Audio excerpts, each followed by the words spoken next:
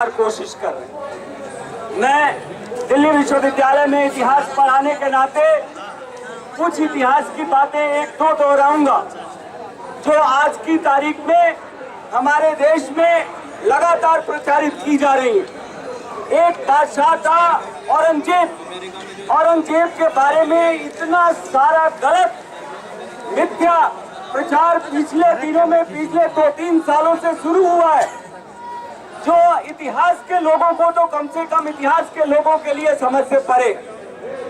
काशी विश्वनाथ मंदिर का उदाहरण बहुत ही प्रसिद्धता के साथ आज दिया जाता है कि औरंगजेब ने वो मंदिर तोड़वा दिया था। साथियों, आपको पता था कि उस मंदिर पे जब हमला किया गया तो उसका कमांडर कौन था? मान सिंह उसका कमांडर था।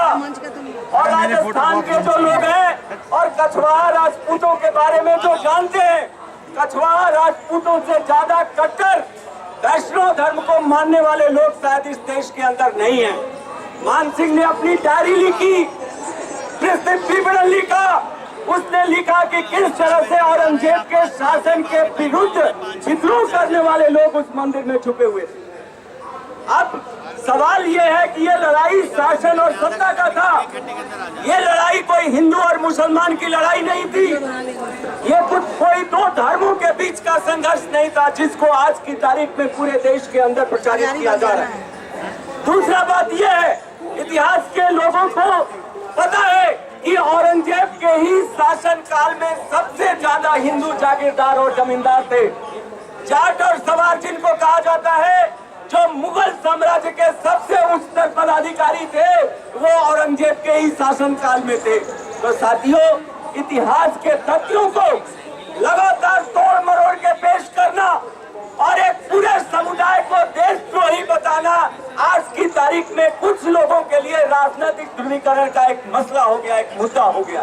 इसको रोकने की जरूरत है, इसको रोकने की जरूरत है। दिल्ली विश्वविद्यालय में टूटा के अंदर हम लोग काम करते हुए, ट्रेड यूनियन के अंदर काम करते हुए, लगातार इन मसलों के ऊपर जो लोग इस तरह का प्रचार अभियान चला रहे हैं, उनके खिलाफ हम लोग लगातार प्रचार अभियान कर रहे हैं, उनके खिलाफ संघर्ष कर रहे हैं, उनको तथ्यों की जानकारी दे रहे हैं। और हमारे लोगों को भी देखिए साथियों, ये हमला बहुत हद तक वैचारिक है, बहुत हद तक वैचारिक है। विचारों को समझना पड़ेगा।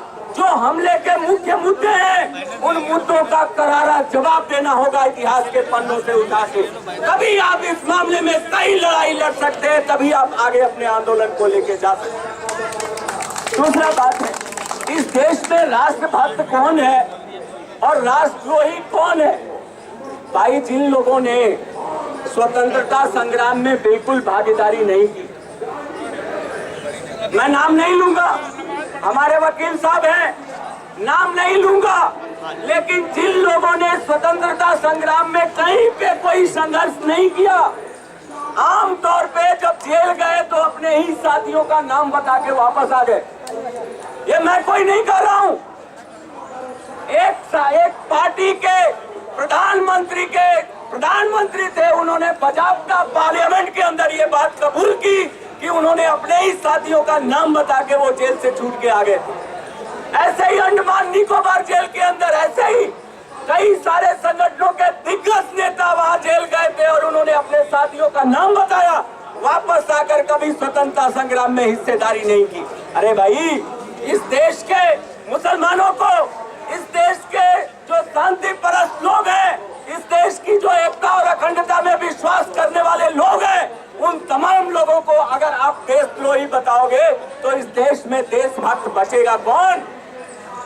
कौन देशभक्त बचेगा? वही 2-4 लोग। अरे भाई, देश तो बनता है जनता से, देश किसी व्यक्ति का नहीं है। इस देश में रहने वाले तमाम धर्मनिरपेक्ष लोगों का ये देश है। अगर हिम्मत है तो भारत का संविधान बदल दो। बाबा साहब भीमराव अंबेडकर ने जो संविधान बनाया, वो संविधान एक सेकुलर संविधान है, धर्मनिरपेक्ष संविधान है। उस संविधान को बदल दो। अगर आप चाहते हैं कि 2020 में कुछ और तरह का देश बने, तो उस संविधान को बदलने की जरूरत है। वो हिम्मत नहीं है, उसके लिए तैयार नहीं है, वो नहीं करेंगे।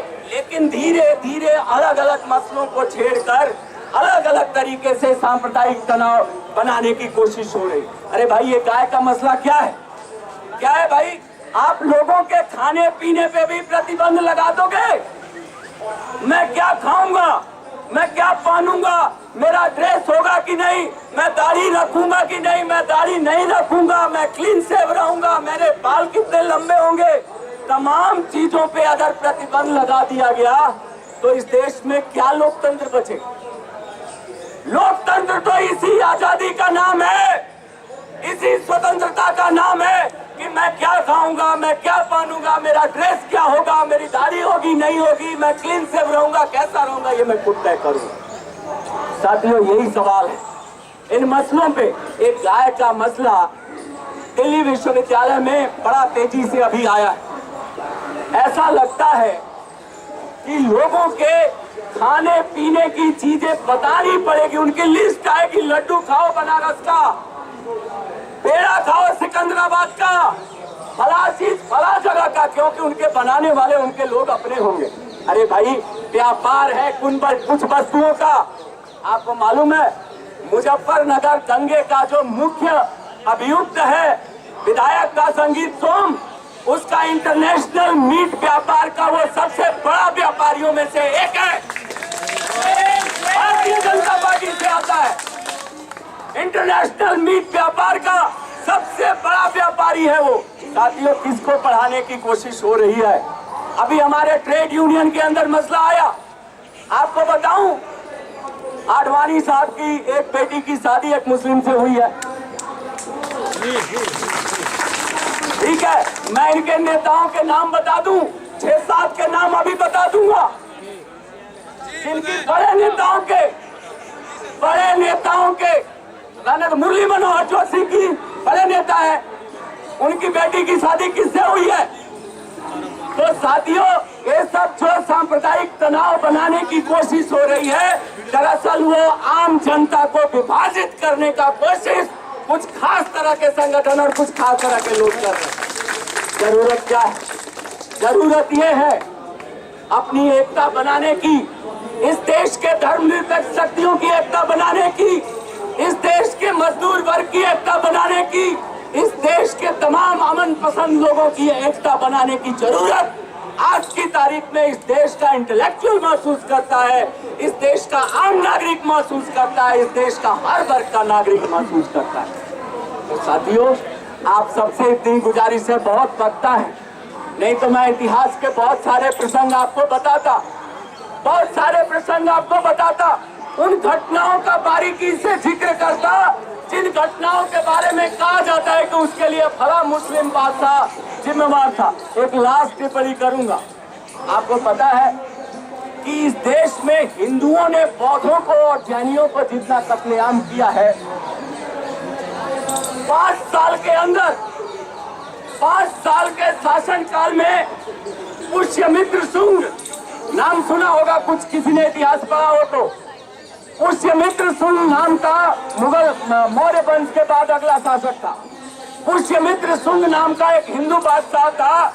उसने बौद्ध भिक्षुओं की हत्या करने के लिए 9,999 कर्षपाण का इनाम रखा था।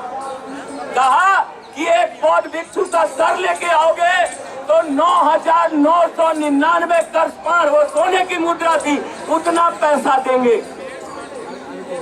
मैं कोई अपनी तरफ से ये बात नहीं कर रहा हूँ, ये इतिहास की बात है।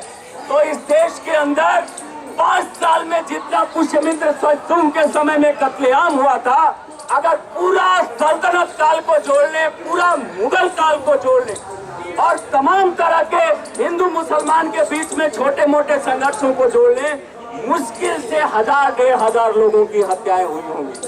जिसको आप इतना बढ़ा चढ़ा के, इतनी बड़ी घटना, इतनी बड़ी बात कि उसी से देशभक्ति, उसी से राष्ट्रभक्ति, उसी से सब कुछ परिभाषित होने लगा।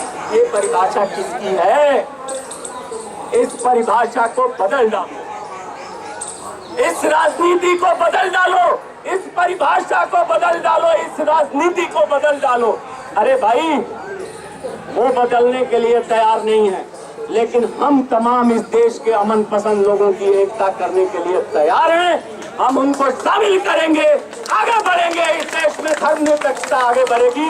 धन्यवाद साथियों। इंकलाब जिंदाबाद। इंकलाब जिंदाबाद। धन्यवाद साथियों। बहुत बहुत शुक्रिया। प्रोफेसर साहब ने बहुत ही तफसील से इस सरकार के चेहरे को